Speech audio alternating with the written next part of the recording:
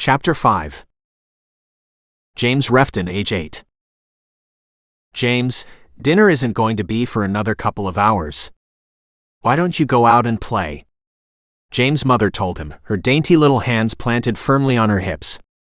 I think I saw a moving truck in front of one of the houses a couple of streets over this morning. Why don't you run over and see if they have kids your age to play with? Even at 8 years old, James knew that his mother was pretty. Her blonde hair paired with her big blue eyes and small 5-foot stature made her just the right size to be approachable and for people to feel instantly comfortable with. James nodded silently and ran out the door without a backward glance. He wasn't one to let an opportunity to play go to waste, especially not when it was with his mother's express permission to do so. He crossed their backyard at a run and opened the gate at the back of their property. There was a small path there that separated their property from the neighbor behind them. A road appeared in front of him and he skittered to a stop, his shoes finding little purchase on the dusty ground. Remembering what his mother had taught him, he looked both ways. Not seeing any cars coming, he ran across the street and then took a shortcut that involved him cutting through all the yards in his way. It was only then that he began searching for the house that his mother had mentioned. 3 streets over from his own, he finally saw the house with a moving truck in front of it. It was a good thing that he had come when he had. The doors were closed on it, and the moving people were climbing inside the truck. If he had been any later, that particular marker would have been gone, and he wouldn't have known which house to go to. Sitting on the front step of the house was a little girl watching the moving truck pull away. Her elbows were on her knees, with her chin resting in her hands. She had a sad, almost lost expression on her face. James let out a disgusted sigh at the thought that it was a girl that had moved in, and not a boy. They weren't nearly as much fun to play with, usually. Shoving his hands into his pockets, he crossed the street, barely remembering to look both ways in time. He was quiet as he walked over to her, not saying a word until he reached the edge of their property. Hey, you just move in? He asked pointlessly, walking up the small path to the porch. She looked at him like he was a bug that needed to be stepped on. What gave it away, the truck that just left or the fact that I'm new here? She asked haughtily. He took a step back in surprise at her tone. He was just trying to be polite. What crawled up your butt? I was just trying to be polite. Not like I want to play with a stupid smelly girl, anyway. He spat out, his skin getting hot. She straightened at his tone and words, surprise flickering across her face. I'm a girl. By definition, I'm not smelly. I bathe every day. Which is more than you, it looks like.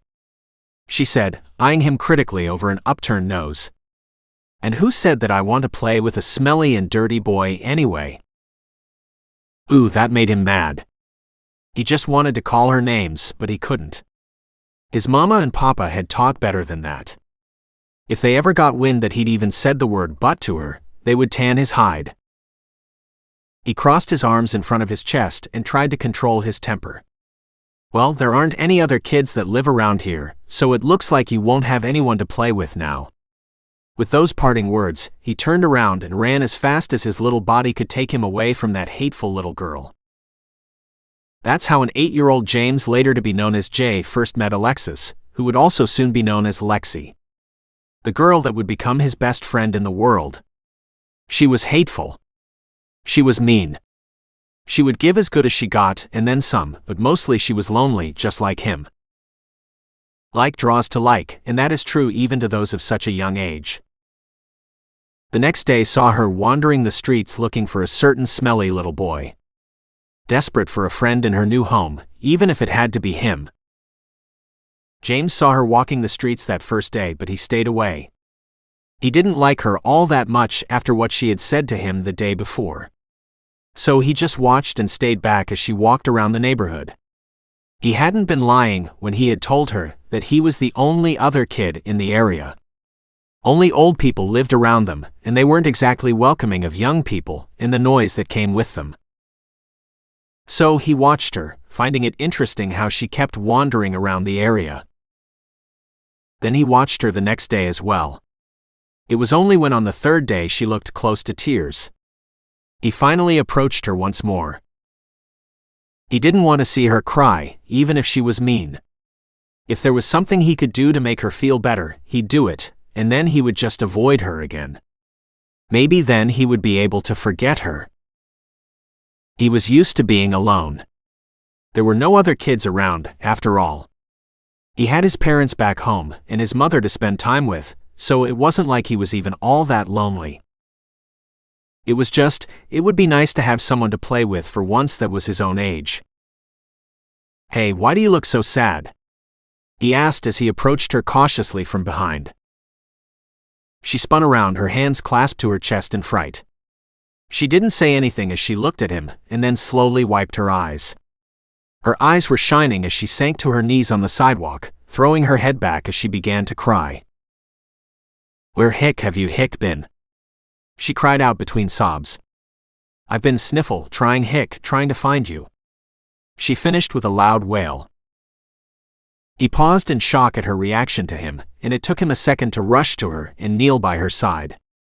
One arm immediately going around her shoulder and dragging her to his chest as he had seen his father do to his mother in the past.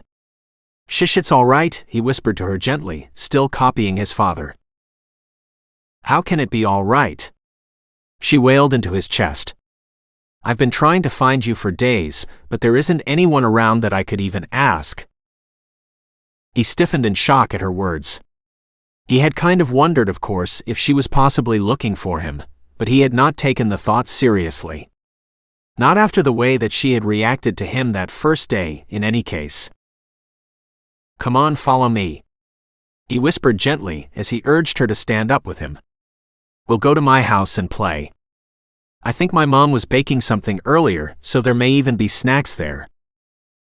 He really wanted her to just stop crying, and now he felt bad because he had been hiding from her. If taking her to his house and playing with her was all that it took to stop her tears, then he would gladly do it. They stood there on the sidewalk for a few minutes more while she tried to get herself under control. "I'm James, by the way." He introduced himself when she was no longer crying. "Alexis, my name is Alexis," she answered shyly. He pulled a face at her name. "That sounds like a stuffy name." She giggled softly at his words. "It does, doesn't it?" He cocked his head to the side and looked at her. "I think I'll call you Lexie instead. It's more fun to say." She looked at him wordlessly before turning away, blushing. "That's fine if I can pick a name for you as well." "That sounds fair," he said without hesitation. "What did you have in mind?" "I'll have to think about it. I'll let you know later." Her eyes were on her feet as she answered shyly. Poor girl must be afraid that he would be mad at her and run away again, he thought to himself. "That's fine, why don't we go to my house now and you can just tell me later then?" She peeked at him from the side with a giant smile spread across her face, and nodded. James felt his chest get tight for a moment as he looked at her. With a quick shake of his head, he dispelled the squeezing feeling he had in his chest and pulled his arm away from her shoulder. Running a hand through his shaggy hair, James looked over his shoulder, back the way that they had come. He grabbed Lexie's hand and started walking, ignoring everything else as he did so. He wasn't interested in anything but getting her to his house as quickly as possible. He wanted her happy, and he didn't care to think about why it suddenly seemed so important that she be happy. Especially that she was happy when she was with him. They walked all the way to his house that way. Their hands linked with him, showing her the way, pointing out landmarks along the way so that she wouldn't get lost again the next time she came over. He didn't want her getting lost on her way home either. He opened the back door of his house and yelled out, "Mom, are you here?" "Up front, James." A gentle, almost musical voice floated back from the front of the house. "Come on," he said with a small tug on Lexie's hand, passing a tray of fresh cookies cooling on the counter as they did so.